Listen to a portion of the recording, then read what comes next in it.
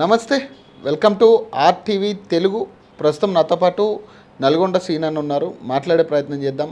గత ప్రభుత్వం ఏదైతే ఇప్పుడు అధికారంలో ఉన్న తెలంగాణ ప్రభుత్వం, కాంగ్రెస్ ప్రభుత్వం ఇచ్చిన హామీ ప్రకారం మేనిఫెస్టోలో ఎలక్షన్కు ముందు దాదాపు 26,000 వికలాంగులకు నాయకత్వ అవకాశం ఇస్తాం అనేదైతే హామీ ఇచ్చారో దీన్ని తుంగలో దొక్కే ప్రయత్నం చేస్తూ ఉంది ఇప్పుడున్న ప్రభుత్వం.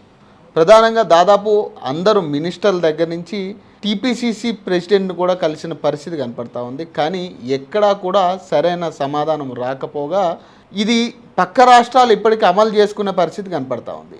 మరి మాట్లాడే ప్రయత్నం చేద్దాం. ఏం జరుగుతూ ఉంది, అసలు దీనికి సంబంధించి మినిస్టర్ల దగ్గర నుంచి ఎలాంటి రెస్పాన్స్ వచ్చింది, ఏ మినిస్టర్లను కలిశారు, ఇవన్నీ కూడా మాట్లాడదాం. నమస్తే అన్న. నమస్తే. ప్రధానంగా అంటే ఈ అంశం మీద మనం గతంలో ఒక వీడియో చేసాం. అయితే బేసిక్గా ఏఐసిసి మేనిఫెస్టోలు ఇచ్చిన ప్రకారం 26,000 మందికి మీకు ఇవ్వాల్సిన పరిస్థితి నాయకత్వంలో. మరి ఎందుకు దీన్ని తుంగలు తొక్కే ప్రయత్నం చేస్తుందా ప్రభుత్వం, లేదంటే ఎందుకు వికలాంగుల పట్ల ఇంత చిన్న చూపు అనుకోవచ్చు? ఇప్పుడు ఒక విషయం చెప్పాలంటే తెలంగాణ ఇజ్జత్ పోతుంది, తెలంగాణ విలువ పోతుంది. తెలంగాణలో ఉన్న నాయకత్వము, వికలాంగుల నాయకత్వం ఎంత పోరాడుతుంది, ఆ పోరాటాన్ని పట్టించుకునే పరిస్థితి లేదు. తెలంగాణ ప్రభుత్వం ఏం చేస్తుంది, అసలు కాంగ్రెస్ పార్టీ ఏం చేస్తుంది అనేది మాకు ప్రశ్నలు వస్తున్నాయి. ఎందుకంటే చాలా సీరియస్ అంశము. All India Congress committee page number 9లో ఒక పాయింట్ పెట్టింది. ఏమని? లోకల్ బాడీస్లో పర్సన్ విత్ డిజేబిలిటీ రిప్రజెంటేషన్ పెడతాం ఆన్ ఫార్ ఛత్తీస్గఢ్ అన్నది. ఆన్ ఫార్ ఛత్తీస్గఢ్ ఎందుకన్నది? ఛత్తీస్గఢ్లో కాంగ్రెస్ గవర్నమెంట్ ఉన్నప్పుడు, రాజస్థాన్లో కాంగ్రెస్ గవర్నమెంట్ ఉన్నప్పుడు అక్కడ వికలాంగులకు గజెట్ రిలీజ్ చేసి రాజకీయ అవకాశాలు ఇచ్చారు. దాన్ని వాళ్ళు దేశవ్యాప్తంగా అమలు చేస్తుంటే ఒక మోడల్ అని పెట్టుకున్నారు. ఒక మోడల్ అని ఐఏసీసీలో పెట్టారు. దానికి అట్రాక్ట్ అయ్యి మరి వికలాంగులు మరి చాలా వరకు కూడా మరి కాంగ్రెస్ పార్టీకి ఓటేయబట్టే ఈరోజు కాంగ్రెస్ పార్టీ గవర్నమెంట్ ఫామ్ అయిన తర్వాత మరి ఛత్తీస్గఢ్ కాంగ్రెస్ ప్రభుత్వం అప్పుడు ఉన్నప్పుడు 2019, 2021 రాజస్థాన్లో ఏదైతే చేసిందో ఆ గజెట్లు తీసుకొని మేము తెలంగాణలో ఒక 5-6 నెలల నుంచి ఒక క్యాంపెయిన్ స్టార్ట్ చేశాం. పీసీసీ అధ్యక్షుని కలిసాం, మహేష్ కుమార్ గౌడ్ గారితో 3-4 సార్లు కలిసాం. మీనాక్షి నటరాజన్ ఇన్ఛార్జిని కలిసాం. తర్వాత ఢిల్లీలో ఏఐసీసీ వాళ్ళని కలిసాం, రోహిత్ చౌదరి అని. తర్వాత మన స్టేట్లో ముఖ్యమంత్రి గారి ప్రిన్సిపల్ అడ్వైజర్, ముఖ్య అడ్వైజర్ వేమిరెడ్డి నరేందర్ రెడ్డి గారిని కలిసాం. తర్వాత పొన్నం ప్రభాకర్ గారిని కలిసాం, శ్రీధర్ బాబు గారిని కలిసాం, సీతక్క గారిని కలిసాం, ఎవరైతే మహిళా శిక్షణ మంత్రి, పంచాయతీరాజ్ మంత్రి, గ్రామీణాభివృద్ధి మంత్రి. ఇంతమందిని కలిసి వివరంగా చెప్పడం జరిగింది. ఒకసారి లీగల్ గజెట్ వచ్చిన తర్వాత, ఒకసారి మీరు మేనిఫెస్టోలు పెట్టుకున్న తర్వాత ఇటు పొలిటికల్గా ప్రాబ్లం లేదు, ఇటు అఫీషియల్గా ప్రాబ్లం లేదు. ఇంకోటి నామినేటెడ్, ఏ రాజకీయ పార్టీ కూడా డిబేటబుల్ కాదు, ఏ క్యాస్ట్ కూడా డిబేటబుల్ కాదు, ఏ సెన్సస్ కూడా కాంట్రవర్సీ కాదు. It is very smooth.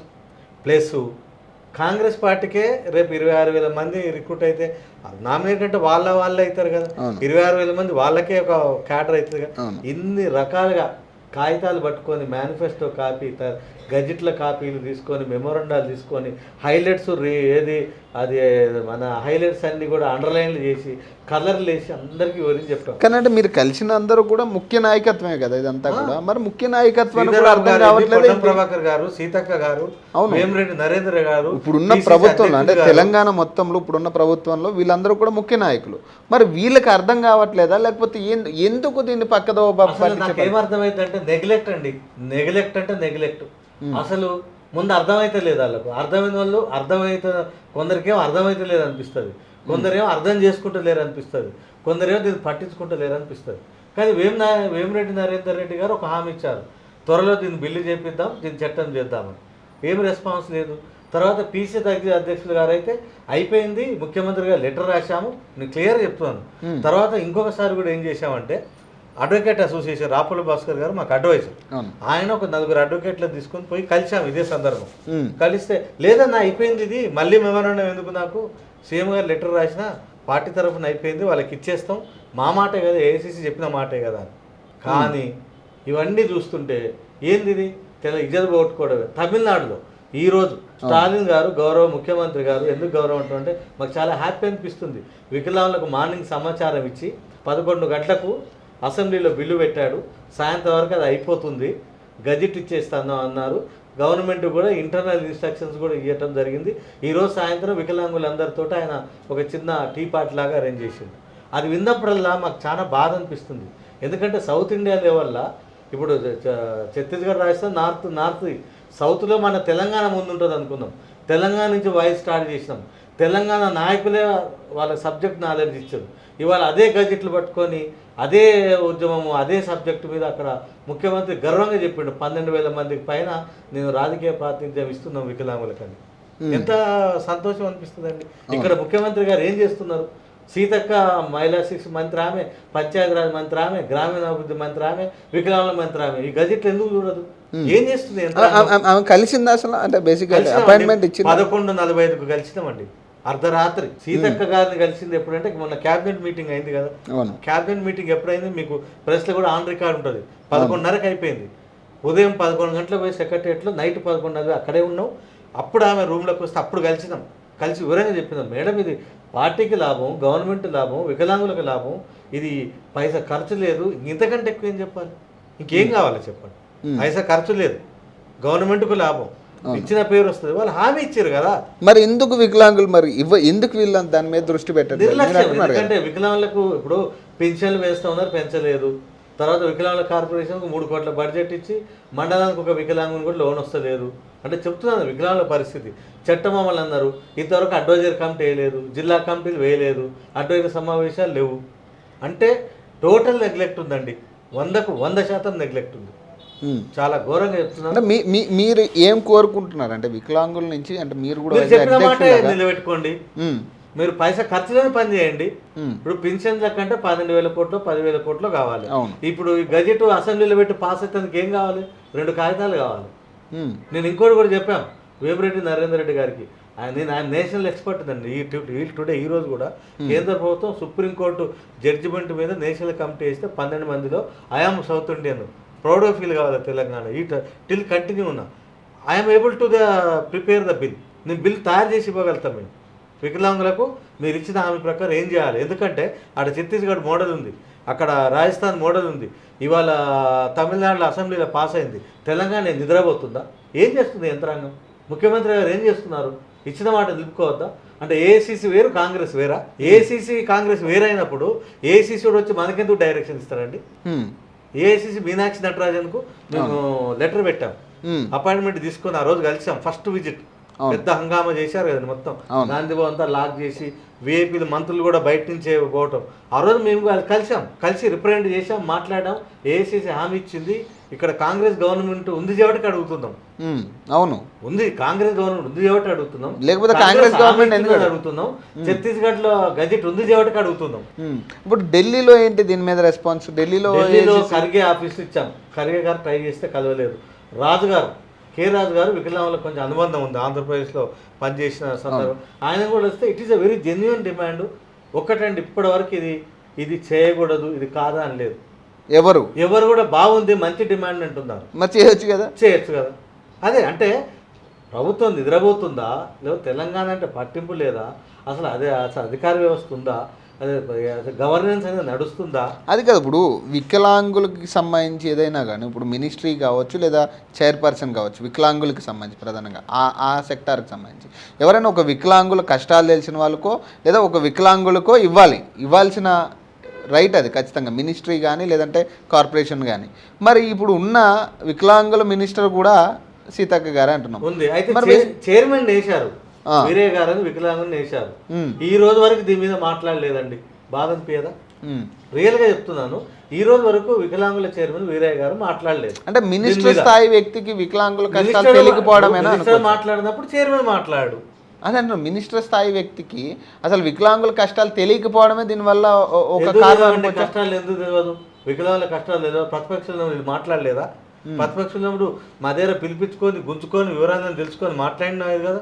అయ్యో వికలాంగులకు అన్యాయం జరుగుతుంది, వికలాంగులకు అది కాలేదు, ఇది కాలేదు, ఏది కాలేదు అని మాట్లాడినారు కదా. అవును. మరి ఇప్పుడు ఏ జీవో అమలు చేస్తలేరు ఎందుకు? అంటే ఉన్నదానికి డబల్ హామీలు ఇచ్చిన వాళ్ళు కదా. ఉన్నదంటే ఇప్పుడు 4,000 6,000 చేస్తామన్నారు, ఇంతవరకు లేదు. చట్టం అమలు చేస్తున్నారు, ఏది లేదు. ఎక్కడ అడ్వైజర్ కమిటీ లేదు, చట్టపర కమిటీలు లేవు, కమిషన్ వేయలేదు, ఇంతవరకు చట్టం మీద రివ్యూ చేయలేదు. 1.5 సంవత్సరం అవుతుంది. ఏం జరుగుతుంది? అసలు వికలాంగుల సంక్షేమం 3 కోట్లు ఇచ్చి మండలానికి ఒక్క లోన్ కూడా లేదు. మన రాజీవ్ వికాసంలో 6,000 7,000 కోట్లు అన్నారు. అలా 5% ఇవ్వాలి. ఇవ్వకపోతే మా సీరియస్గా మేము గవర్నమెంట్కి ఆల్రెడీ రిప్రజెంటేషన్ ఇచ్చాం. 300 కోట్లు ఎస్సీ ఎస్టీ బీసీ అన్ని కార్పొరేషన్లో మాకు ఇవ్వాలి. అది చట్టపరమైన హక్కు. ఏ కమ్యూనిటీలో ఏ సంక్షేమ పథకమైనా 5% వికలాంగులకు ఇవ్వాలి. దాన్ని మేము పెట్టించాం డిమాండ్ చేసి. ఇక్కడ ఏంటంటే ముఖ్యంగా సబ్జెక్టు చాలా విషయాలు నేను మాట్లాడాలంటే ఆల్ ఇండియా కాంగ్రెస్ కమిటీకి విలువ ఉందా లేదా. ఇంకోటి న్యాయపాత్రాన్ని పెట్టారు మేనిఫెస్టో మీద పేరు, మీకు అది పంపుతారు.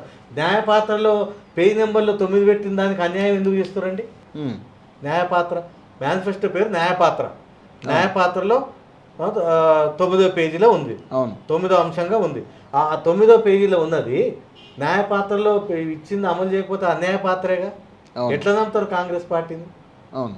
తర్వాత ఒక సర్క్యులర్ ఉంది. కనీసం గవర్నమెంట్ సెక్రటరీ గారు పోయి మేము గట్టిగా డిమాండ్ చేసి అసలు ఛత్తీస్గఢ్లో చేస్తున్నారు, రాజస్థాన్లో ఉంది, యుఎన్సిఆర్పి అని ఐక్యరాజ్య వికలాంగుల ఒప్పందం ఉందంటే గవర్నమెంట్ గవర్నమెంట్కి రాసింది. ఛత్తీస్గఢ్లో అమలు చేసారు, ఏసీసీ హామీ ఇచ్చింది, మీరు కూడా చేస్తే బాగుంటుందని. ఇట్లా ఉంది పరిస్థితి. ఆల్రెడీ దీనికి కూడా రెస్పాన్స్ లేదా? గవర్నమెంట్ పంపారు, ఏం రెస్పాన్స్ లేదు. అంటే ఇప్పుడు డిపార్ట్మెంట్ వాళ్ళు కూడా పంపించినప్పుడు కాంగ్రెస్ ఇచ్చిన గజెట్కు విలువ లేదు, కాంగ్రెస్ ఇచ్చిన హామీకి విలువ లేదు, కాంగ్రెస్ ప్రభుత్వం రాసిన లెటర్లకు విలువ లేదు, కాంగ్రెస్ చెప్పిన మాటలకు విలువ లేదు. అసలు కాంగ్రెస్కి ఏం విలువ ఉందండి? అంటే మీకు ఇంకా నమ్మకం ఉందా మరి ఇప్పుడు గవర్నమెంట్ చేస్తుంది? లేకుండా మాకు పోరాటం చేయాలి, తప్పదు. ఎంత దూరం పోరాటం? ఈ రోజు మీడియా దగ్గరకు వచ్చాము, రేపు ప్రతిపక్ష నాయకులు కలుస్తాము, ఆ తర్వాత సంఘాలన్నీ కలిసి మీరు ఇచ్చిన హామీని పెట్టుకొని రోడ్డు మీద పోతాము, రోడ్డు మీదకి వస్తాము. ఇంకోటి చలో ఢిల్లీ కూడా పెట్టి ఆల్ ఇండియా కాంగ్రెస్ కమిటీ కార్యాలయం ఉందని కూడా ధర్నా పెట్టుకుంటాం. అంటే దాదాపు అంటే ఇప్పుడు 26,000 మందికి రాజకీయ గౌరవం కల్పించాలనేది మీ డిమాండ్. కానీ బేసిక్గా 26,000 మందికి కల్పించే ఛాన్స్ ఇప్పుడు ఉందా అసలు మన గవర్నమెంట్లో? ఇమ్మీడియట్గా ఉందండి. ఇప్పుడు ఈ రోజు ఈ న్యూస్ అయింది, రేపు గవర్నమెంట్ అనుకుంటే 2 పేజీలు డ్రాఫ్ట్ చేయటం, 2 పేరాలు డ్రాఫ్ట్ చేస్తే చాలు. ఎందుకంటే government as per Chhattisgarh model ఉంది, మనకు పెద్ద ప్రాబ్లం లేదు. తర్వాత ఇప్పుడు ఈరోజు తమిళనాడు ఆమోదించింది, రాజస్థాన్ ఉంది. కాంగ్రెస్ ఇంకోటి ఒక ఏఐసిసి మేనిఫెస్టో తయారు చేసేటప్పుడు ఎంతమంది మేధావులు చేస్తారు? ఏఐసిసి మేనిఫెస్టో కంపెనీ వెబ్సైట్లో చూస్తే మహామామ చిదంబరం గారు ఉన్నారు. వెళ్తాం మేము తమిళనాడు చిదంబరం ఇంటికి వెళ్తాం. చిదంబరం గారి ఇంటికి వెళ్ళి తమిళనాడు స్టాలిన్ గారిని కలుస్తేందుకు వెళ్తున్నాము ఒక 1 వీక్లో. థ్యాంక్స్ చెప్తందుకు. చిదంబరం గారి ఇంటికి పోయి మరి మీరు ఇచ్చిన హామీ ఏమైందని అడుగుతాం. చిదంబరం గారు ఉన్నారు. తర్వాత కేసీ వేణుగోపాల్ గారు ఉన్నారు. మేధావులు కదండి వీళ్ళంతా, మనమైతే గౌరవిస్తాం కదా. వాళ్ళు రాసిన మాటే కాంగ్రెస్ పార్టీ నిలుపుకోకపోతే అసలు ఏఐసిసి మాట కాంగ్రెస్ వింటున్నట్లేదా, లేకపోతే పీసీసీకి సంబంధం లేదా, లేకపోతే ముఖ్యమంత్రి పట్టించుకుంటలేడా, అసలు ఏది అర్థం కాదు. అంత క్వశ్చన్ మార్క్, అయోమయం, గందరగోళం. సో ఫైనల్గా ఏం చెప్తారు మరి? ఫైనల్ ఒకటండి, ఆల్ ఇండియా కాంగ్రెస్ కమిటీ ఇచ్చిన మాట నిలుపుకోవాల్సిందే. ఖచ్చితంగా ఛత్తీస్గఢ్ మోడల్ కాంగ్రెస్ మోడల్, అది కాంగ్రెస్ చెప్పిన మాట. ఖచ్చితంగా 26,000 మందికి రాజకీయ ప్రాతినిధ్యం కోసం అమెండ్మెంట్ చేయాల్సిందే. లేకపోతే మీడియాను కలుస్తాం, ప్రతిపక్ష నాయకులను కలుస్తాం. ఆ తర్వాత చలో ఆల్ ఇండియా కాంగ్రెస్ కమిటీ అందరి వికలాంగులంతా రైలు ఎక్కి పోయి ఏఐసిసి ముందర కూడా ధర్నా చేస్తాం. ఎందుకంటే ఇచ్చిన మాట నిలుపుకోవాల్సిన బాధ్యత కాంగ్రెస్ పార్టీ మీద ఉంది. రైట్. ప్రధానంగా అంటే డిమాండ్ అయితే చాలా జెన్యూన్. ఇది ఏఐసిసి మేనిఫెస్టోలో పెట్టిన 26,000 మంది వికలాంగులకు రాజకీయంలో అవకాశాలు కల్పించడం అనేది చాలా మంచి డిమాండ్, ప్రభుత్వానికి కూడా ప్లస్ అయ్యే డిమాండ్ ఇది. సో దీనికి సంబంధించి ఆల్రెడీ లెటర్స్ కూడా వాళ్ళు గవర్నమెంట్ డిపార్ట్మెంట్ లెటర్స్ కూడా వాళ్ళు సబ్మిట్ చేయడం జరిగింది. ఒకసారి మనం క్లియర్గా చూస్తే వాళ్ళు అడిగేది ఏం కాదు, అది వాళ్ళకేమి డబ్బులు ఇవ్వండి లేదంటే మాకు ఇన్ని లోన్లు ఇవ్వండి అనేది వాళ్ళ డిమాండ్ కాదు. ప్రధానంగా మాకంటూ నాయకత్వంలో కొంత చోటు ఇవ్వండి, వికలాంగులకంటూ కొంత గుర్తింపు ఇవ్వండి అనేది కూడా వాళ్ళు ప్రధానంగా డిమాండ్ చేస్తూ ఉన్నారు. దీనివల్ల ప్రభుత్వానికి చాలా మంచి పేరు వచ్చే ఛాన్స్ ఉంటుంది. ప్రధానంగా ఇప్పటిదాకా మనకి ఎక్కడా కూడా నెగిటివిటీ చూస్తూ ఉన్నాము గవర్నమెంట్లో. ఖచ్చితంగా దీని నుంచి అయినా కొంత మంచి పేరు వచ్చే ఛాన్స్ ఉంటుంది. ఖచ్చితంగా దీని మీద ఇమీడియట్గా రియాక్ట్ అయ్యి కనీసం ప్రభుత్వం కనీసం ముందడుగు వేసే ప్రయత్నం చేస్తుంది అనేది కూడా మేము కోరుకుంటా ఉన్నాం. ఏదైనా కానీ ప్రధాన డిమాండ్ అలాగే జెన్యున్ డిమాండ్ కాబట్టి దీని మీద కొంత మేధావులు కూడా ఆలోచించి డెసిజన్ తీసుకోవాలంటూ కూడా మేము కోరుతున్నాం మా మీడియా నుంచి కూడా. సో మరిన్ని అప్డేట్స్ కోసం చూస్తున్నానండి RTV తెలుగు.